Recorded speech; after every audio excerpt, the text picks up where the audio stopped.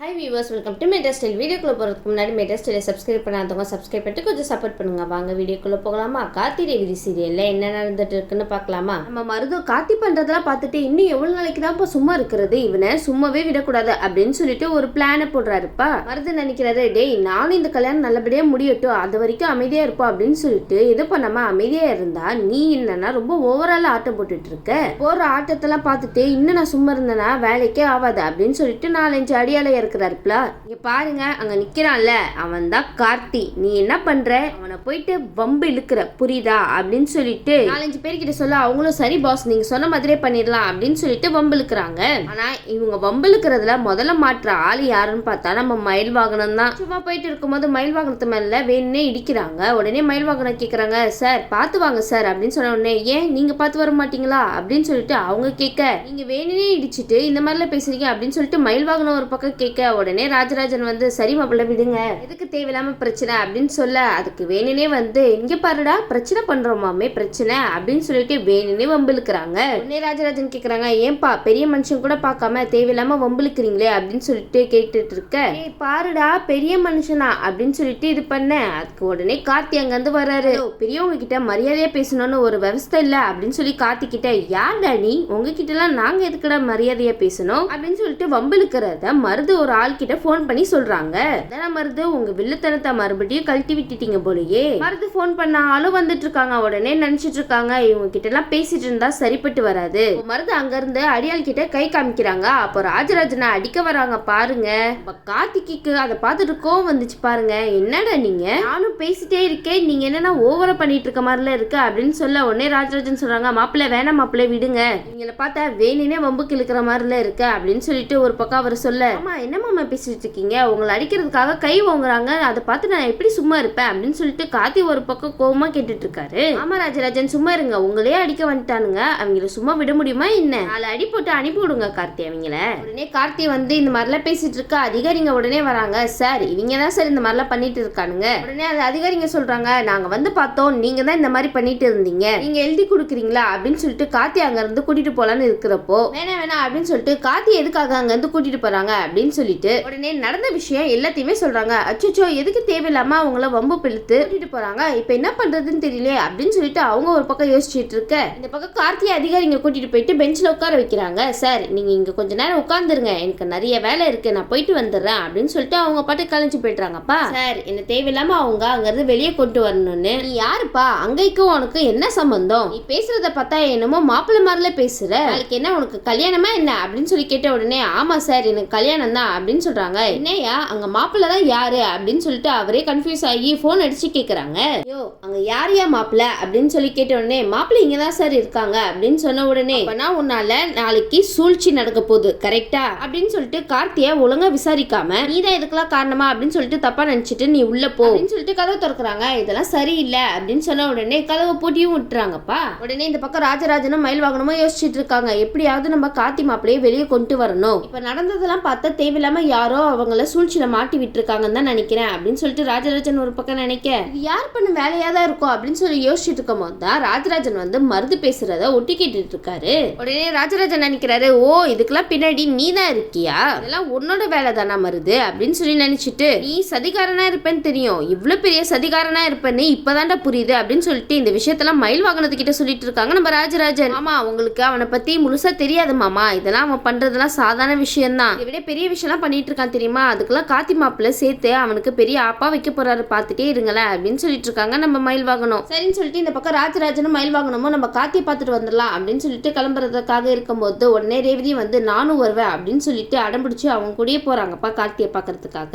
ரேவதி இதுக்கெல்லாம் காரணமே நீங்க தான், காயத்ரி தேவி கிட்ட மட்டும் நீங்க எல்லா விஷயத்தையும் சொல்லியிருந்தீங்கன்னா இந்த நிலைமை கார்த்திக்கு வந்திருக்காதுல. உடனே நம்ம மயில் வாகனமும் ராஜராஜனும் அதிகாரிங்க கிட்ட போயிட்டு, சார் எங்க மாப்பிள்ளைய வெளியே விடுங்க சார் அப்படின்னு சொன்ன உடனே, என்ன மாப்பிள்ளையா, அவனும் அதுதான் சொன்னான், அப்ப இவன் மாப்பிள்ளனா அங்க இருக்கிறது யாரு சார், அவர் மாப்பிள்ளை இல்லையா அப்படின்னு சொல்லி கேட்டுட்டு இருக்கும் போது, சார் அதெல்லாம் குடும்பத்துல இருக்கிற பிரச்சனை சார், அதெல்லாம் உங்களுக்கு சொன்னா புரியாது, அதெல்லாம் ஒரு குட்டி குட்டி மனஸ்தாபம் சார், இவர் தான் முறைப்பையனா, சரி விடுங்க, அப்ப சும்மா அமைதியா பிரச்சனை பண்ணாம இருக்க வேண்டியதானே, எதுக்கு தேவையில்லாத பிரச்சனை எல்லாம் பண்றாங்க அப்படின்னு சொல்லிட்டு அதிகாரி ஒரு பக்கம் கேட்க, அவரை இப்போதைக்கு வெளியிலாம் விட முடியாது, நீங்க பேசுறது ரொம்ப தப்பா இருக்கு, நாளைக்கு காலையில வரைக்கும் அவர் வெளியே விட முடியாது சாரி அப்படின்னு சொல்லிட்டாங்க அதிகாரிங்க. அச்சோ நாளைக்கு காலையில ரேவதி கழுத்துல அவர் தாலி கட்டணும் சார், நீங்க என்ன என்னடா விளையாண்டுட்டு இருக்கீங்க, அவரை வெளியே விட மாட்டேன்னு சொல்லிட்டு உடனே ராஜராஜனும் மயில்வாகனமும் பேசிட்டு இருக்காங்க. இதுல இருந்தே தெரியல இதுல ஏதோ சதி இருக்குன்னு அப்படின்னு சொல்லிட்டு உடனே அந்த இடத்துல ரேவதி பூந்து விளையாடுறாங்க பாருங்க. சார் என்ன சார் நீங்க இப்படி பேசிட்டு இருக்கீங்க, அவர் யாருன்னு தெரியுமா, அப்படிப்பட்டவர் தெரியுமா, அவர் யாரு எவருன்னு எதுவுமே தெரியாம ஒழுங்கா விசாரிக்காம அவரை போயிட்டு பிடிச்சி வச்சிருக்கீங்களே, இதெல்லாம் சரியா இருக்கா அப்படின்னு சொல்லி கேட்டுட்டு இருக்காங்க.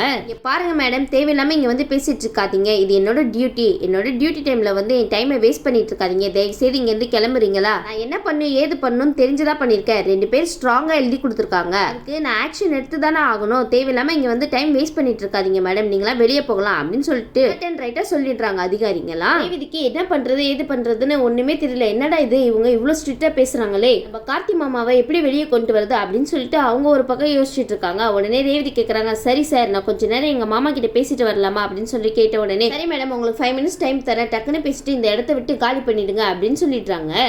அதிகாரினா இப்படிலாம் இருக்கணும், இவ்வளவு ஸ்ட்ரிக்டா அநியாயத்துக்குள்ள இருக்காங்களே. பாருங்க மேடம், ஏதோ ஒரு காரணத்துக்காக தான் இவங்க இங்க இருக்காங்கன்னு தெரியுது, ஆனா என்ன பண்றது, என்னால ஒண்ணுமே பண்ண முடியாது, எனக்கு மேல இருக்கிற பெரிய அதிகாரிங்களாம் என்ன சொல்றாங்களோ அவங்க சொல்றபடிதான் நான் நடந்துக்கணும், போன் அடிச்சு எழுதி கொடுத்ததே அவங்க தான், அப்போ அவங்க சைடு தானே நான் நிக்க முடியும், அதுதான் என்னோட கடமை கூட, தயவு செய்து புரிஞ்சுக்கோங்கப்பா, நாங்க எதுக்காக உங்க எல்லாரையும் அவரை பார்க்க விடுறோம்னா எங்களுக்கும் கொஞ்சம் புரியுது. உடனே ரேவதி கேக்குறாங்க, சார் எல்லாமே தெரிஞ்சு இப்படி பண்றீங்களே சார், இதெல்லாம் நியாயமா அப்படின்னு சொல்லி கேட்டுட்டு இருக்காங்க. என்ன மேடம் பண்றது, சட்டம்னு ஒண்ணு இருக்குல்ல, அதை நாங்க பின்பற்ற வேணாமா அப்படின்னு சொல்லி கேட்டுட்டு இருக்காங்க நம்ம அதிகாரிங்க. சார் உங்க சட்டம் தவறான ஆளெல்லாம் பிடிச்சிட்டு வந்திருக்கீங்க, பிடிக்க வேண்டிய ஆளு அங்க ஜாலியா சுத்திட்டு இருக்காரு. உடனே ரேவதி வந்து ரொம்ப ஃபீல் பண்ணிட்டு கார்த்திகிட்ட போயிட்டு பேசிட்டு இருக்காங்க. என்ன மாமா உங்களை இங்க உட்கார வச்சுட்டாங்களே, என்னால உங்களை இந்த நிலைமையில பார்க்க முடியல மாமா அப்படின்னு சொல்லிட்டு ரேவதி ஒரு பக்கம் ஃபீல் பண்ண உடனே கார்த்தி சொல்றாங்க, அதுக்கும் ஒரு காரணம் இருக்கு ரேவதி, உனக்கே அந்த விஷயம் தெரிய வரும் அப்படின்னு சொல்லிட்டு ஃபீலிங்கா பேசிட்டு இருக்காரு நம்ம கார்த்தி. மாமா உங்களை போய் இப்படி உட்கார வச்சிருக்காங்களே, நீங்க ஏதாவது பண்ணா கண்டிப்பா வெளியே வரலாம்ல மாமா, ஏதாவது பண்ணுங்க மாமா அப்படின்னு சொன்ன உடனே கார்த்தி சொல்றாங்க, நான் பாத்துக்கிறேன் ரேவதி, நீ இப்போ கல்யாண பொண்ணு, எப்படி இருந்தாலும் நான் நாளைக்கு கண்டிப்பா வருவேன், நீ கவலைப்படாத, நீ இங்க இருந்து போ அப்படின்னு சொல்றாரு நம்ம கார்த்தி. என்ன கார்த்தி நீங்க இப்படி ஒரு நிலைமையில இருக்கும் போது ரேவதி எப்படி உங்களை விட்டு அங்க இருந்து போவாங்க, என்ன மாமா என் கழுத்துல தாலி ஏறுறத நீங்க பார்க்க முடியாதா அப்படின்னு சொல்லிட்டு ரேவதி கேட்க, என்ன ரேவதி இப்படி கேக்குறீங்க, மருது உங்க கழுத்துல தாலி கட்டுறத பாக்குறதுக்காக கூப்பிடுறீங்க, நம்ம கார்த்தி கேக்குறாரு, நான் இல்லாம அங்க எப்படி ரேவதி அப்படின்னு சொல்லிட்டு சிரிச்ச முகமா கேட்டுட்டு இருக்காருப்பா. ரேவதி நீங்க ஃபீல் பண்ணாம போங்க, அவர் யாரு கார்த்திக், கண்டிப்பா வெளியே வந்துருவாரு போங்க. அந்த இடத்துல நம்ம ரேவதி கண் கலங்கி அழுதுட்டு இருக்காங்கப்பா. உடனே கார்த்தி வந்து சொல்றாங்க, இங்க பாரு ரேவதி நீ தேவையில்லாம அழுகாத, எல்லாத்தையும் நான் பாத்துக்கிறேன், நீ ஃபர்ஸ்ட் இங்க இருந்து கிளம்பு அப்படின்னு சொல்லிட்டு இருக்கும் போது உடனே ரேவதி சொல்றாங்க, அம்மா என்னமோ ஒரு விஷயம் சொல்றீங்க, ஆனா ஏன் மாமா எந்த விஷயத்தையும் முழுசா சொல்ல மாட்டீங்க, அது ஏன் தயக்கமாவே இருக்கு அப்படின்னு சொல்லி கேட்டுட்டு ரொம்ப ஃபீல் பண்ணிட்டு இருக்காங்க நம்ம ரேவதி. சில விஷயத்த வாய் விட்டு முழுசா சொல்ல முடியாது ரேவதி, அதுக்கு ஒரு காலம் வரும், அப்ப நீங்களே புரிஞ்சுப்பீங்க கார்த்தியை பத்தி. உடனே நம்ம கார்த்தி ரேவதியை பார்த்து ஃபீல் பண்றாங்க, அந்த ஃபீலிங் வந்து ரேவதிக்கு தெரிஞ்சிடக்கூடாது அப்படின்னு சொல்லிட்டு அங்க இருந்து வேகமா கிளப்புறாங்க நம்ம ரேவதிய. கார்த்தி வந்து ராஜராஜனையும் மயில்வாகனத்தையும் கூப்பிட்டு, பாருங்க ரேவதியை கூட்டிட்டு உடனே இந்த இடத்த விட்டு கிளம்பிடுங்க, நீங்களா இங்க வந்திருக்கிற விஷயம் ஈஸ்வரி அத்தைக்கு மட்டும் தெரிஞ்சிச்சுன்னா தேவையில்லாத குழப்பம் வேற ஏற்படும், தேவையா, நம்மளுக்கு ஏற்கனவே நிறைய பிரச்சனை இருக்கு, அதுல இந்த பிரச்சனையும் தேவையில்லை அப்படின்னு சொல்லிட்டு உடனடியே இங்க இருந்து கிளம்புங்க அப்படின்னு சொல்லிட்டு இருக்காரு நம்ம கார்த்தி. கிளம்புங்கன்னு சொன்னா நீங்க இந்த மாதிரி நிலைமையில இருக்கும் போது அவங்க எல்லாம் எப்படி கார்த்தி உங்களை விட்டு கிளம்புவாங்க, உங்களுக்கு மனசாட்சினா இருக்குல்ல சொல்லுங்க. உடனே நம்ம மருது அங்க வராங்க, நம்ம ரேவதி போறத ஆல்ரெடி அவர் பாத்துட்டாரு, ஆனா அவர் சும்மா இருந்தாரா, இந்த விஷயத்தை ஈஸ்வரி கிட்ட வேற போட்டு கொடுத்துட்டாரு, எதுக்குப்பா தேவையில்லாத வேலை நீ பாத்துட்டு இருக்க, ஆனாலும் மருது நீ கொஞ்சம் ஓவரா தான் ஆடிட்டு இருக்க, உனக்கு மொத்தமா வச்சு முடிவு கட்ட போறாரு, பாத்துட்டே இருங்களேன். நம்ம கார்த்தியே நீங்க சாதாரணமா எடை போட்டுட்டு இருக்கீங்க, அவர் யாருன்னு உங்களுக்கு இன்னும் தெரியலன்னு நினைக்கிறேன், முழுசா கார்த்தி யாருன்னு முழுசா தெரியும் போது ரொம்ப ஃபீல் பண்ண போறீங்க மருது, எதுக்கடா இவன் கிட்ட வச்சுக்கிட்டோம் அப்படின்னு சொல்லிட்டு மருது இந்த விஷயத்தெல்லாம் ஈஸ்வரி கிட்ட சொல்றாங்க. உடனே அவங்களும் என்னாச்சு அப்படின்னு சொல்லிட்டு யோசிக்கிறாங்க, எனக்கு அவன் இங்க இருக்கிறது பிடிக்காதனாலதான் சதி செஞ்சு தூக்கி உள்ள போட்டுட்ட அப்படின்னு சொல்லிட்டு கேஷுவலா சொல்றாரு. அதுக்கப்புறம் நம்ம கூட மூத்தவர் நம்ம வீட்டு மாமனார் ராஜராஜன் ரேவதி 3 பேரை பார்க்க போயிருக்காங்க. என்ன சொல்றீங்க, வர வர எங்க போறோம் ஏது போறோம்ன்றது கூட கேட்டுட்டு போக மாட்டாளா அப்படின்னு சொல்றப்போ, விடுக்கா அவங்கள பத்தி தான் உங்களுக்கு தெரியும்ல, இப்பயே உங்க வீட்டுக்காரருக்கு கால் பண்ணி இங்க வர சொல்லு அப்படின்னு சொன்ன உடனே அந்த இடத்துல ராஜராஜனுக்கு போன் வருது. நம்ம ஈஸ்வரி தான் போன் அடிக்கிறாங்க. ஈஸ்வரிக்கு உடனே மூக்கு வைத்துருமே. உடனே ராஜராஜன் போனை பார்த்துட்டு, இவளா தெரியும், இவ கால் பண்ணுவான்னு எனக்கு தெரியும், இந்த மருது பைய வத்தி வச்சிருப்பான், அதனாலதான் கால் பண்ணி எங்க இருக்க ஏது இருக்கன்னு கேட்கறதுக்காக விசாரிக்க போனுக்கு மேல போனை அடிச்சுட்டே இருக்கா அப்படின்னு சொல்லிட்டு ராஜராஜன் ஒரு பக்கம் சொல்லிட்டு இருக்காருப்பா. ராஜராஜன் உங்க மனைவியை பத்தி ரொம்ப நல்லா புரிஞ்சு வச்சிருக்கீங்க போங்க, என்ன மருது சொன்ன உடனே இங்க வந்து தையத்தக்கான்னு குதிக்கிறதுக்காக வந்துட்டியா, கொஞ்ச நேரம் நீ அமைதியா இரு, அதுவே ரொம்ப பெரிய விஷயங்களுக்கு அப்படின்னு சொன்ன உடனே ஈஸ்வரி வந்து கோவப்பட்டு, பாருங்க என்னோட பொண்ணு ரேவதியை கூட்டிட்டு உடனே இங்க வரீங்களா, இல்லன்னு வச்சுக்கோங்களேன் நான் என்ன பண்ணுவேன் ஏது பண்ணுவேன்னு எனக்கே தெரியாது அப்படின்னு சொன்ன உடனே அப்படியே அமைதியா நிக்கிறாங்க நம்ம ராஜராஜன். சரி வரேன் அப்படின்னு சொல்லிட்டு, கொஞ்ச நேரம் நீ உன் வாயை வச்சுட்டு கொஞ்சம் அமைதியா இரு அப்படின்னு சொன்ன உடனே, இங்க பாருங்க இன்னும் கொஞ்ச நேரத்துல நீங்க இங்க வரலன்னா நான் அங்க வந்துருவேன் அப்படின்னு சொல்லிட்டு இருக்காங்க. ராஜராஜன் பேசாம போயிடுங்க, வந்தாலும் வந்துருவாங்க, அவங்க அங்க வந்தா இன்னும் பெரிய பிரச்சனையை உண்டாக்குவாங்களே.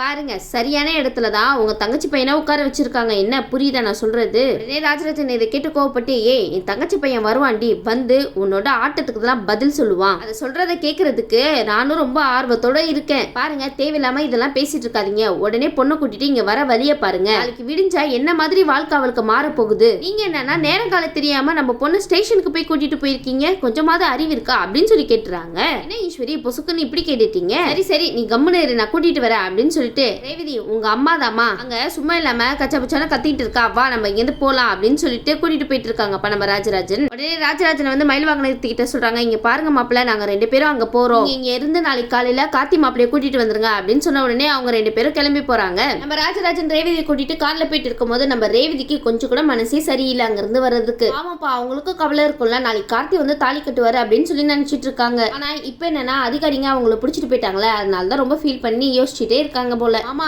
எப்படியோ நாளைக்கு வந்துடுவீங்கல்ல, உங்களுக்காக நான் காத்துட்டு இருப்பேன் மாமா அப்படின்னு சொல்லிட்டு அவங்க ஒரு படகு நினைச்சிட்டு இருக்க. உடனே ராஜராஜன் சொல்றாங்க, உங்க அம்மா செய்யறது கொஞ்சம் கூட சரியே இல்ல ரேவதிமா, அவ எப்படி இந்த மாதிரி மனசாட்சியே இல்லாம நடந்துக்கிறாதான் தெரியல அப்படின்னு சொன்ன உடனே ரேவதி சொல்றாங்க, ஆமாப்பா அப்படின்னு சொல்லிட்டு 2 பேருமே புலம்பிட்டே வராங்கப்பா கார்ல. உடனே மண்டபத்துக்கு வந்து இறங்குறாங்க. உடனே ஈஸ்வரி கழுகு மாதிரி வெயிட் பண்ணிட்டு இருக்காங்கப்பா. கேக்குறாங்க, ஈஸ்வரி வந்துட்டீங்களா, வழியா வந்துட்டாளா, இதுல 4 வார்த்தை கேள்வி கேட்டாதான் கரெக்டா இருக்கும் அப்படின்னு சொல்லிட்டு கேள்வி கேட்கறதுக்காக போயிட்டு இருக்காங்கப்பா. ஈஸ்வரி அவங்க ஏற்கனவே ரொம்ப டென்ஷன்ல இருக்காங்க, தேவையில்லாம வாங்கி கட்டிக்காதீங்க ரேவதி கிட்ட. இந்த பக்கம் கார்த்திக் கிட்ட கேக்குறாங்க நம்ம மயில் வாங்கணும், என்னப்பா இந்த சின்ன பையன்லாம் நம்மள சதி செஞ்சு இப்படி மாட்டி விட்டுட்டானே. இல்ல இதுக்கெல்லாம் ஒரு காரணம் இருக்கு, நான் மாமா மேல எவ்வளவு மரியாதை வச்சிருக்கேன்னு அவனுக்கு நல்லாவே தெரியும், அதுக்காக தான் அவன் இந்த மாதிரி ஒரு வேலையை பார்த்திருக்கான். ஆனா இது எல்லா விஷயத்தையுமே கோஇன்சிடென்ட்டா மாத்திட்டான். ஆனா இங்க இருக்கிறவங்களா பார்த்தா நல்லவங்க மாதிரி தான் தெரியுது, நம்ம மேல தப்பு இல்லைன்னு அவங்களுக்கே தெரிஞ்சிருக்கு. அப்படி இருக்கும்போது ஏதாவது ஒண்ணு பண்ணலாம், நிச்சயமா அவங்க மனசு வச்சா நம்ம வெளியே வந்துடலாம். அவங்க 2 பேரும் எழுதி கொடுக்கணும்னு சொல்றாங்களேப்பா, இது எப்படிப்பா சாத்தியமாகும், அவங்க எப்படி எழுதி தருவாங்க அப்படின்னு சொல்லி மயில்வாகனை கேட்க, கண்டிப்பா ஆகும், நீங்க பொறுத்து இருந்து பாருங்க, எல்லாத்தையும் நான் மாத்தி காமிக்கிறேன் அப்படின்னு சொல்றாரு கார்த்தி. கார்த்தி நீங்க சொல்றத பார்த்தா பயங்கரமா ஏதாவது ஒரு வேலையை பார்க்க போறீங்க போலயே. சரிங்க கார்த்தி எப்படி இந்த விஷயத்துல இருந்து வெளியே வராருன்னு வெயிட் பண்ணி பார்க்கலாம். இந்த வீடியோ உங்களுக்கு பிடிச்சிருந்துச்சுன்னா மறக்காம மெட்ரா ஸ்டைல லைக் பண்ணுங்க, ஷேர் பண்ணுங்க, சப்ஸ்கிரைப் பண்ணிடுங்க. தேங்க்யூ.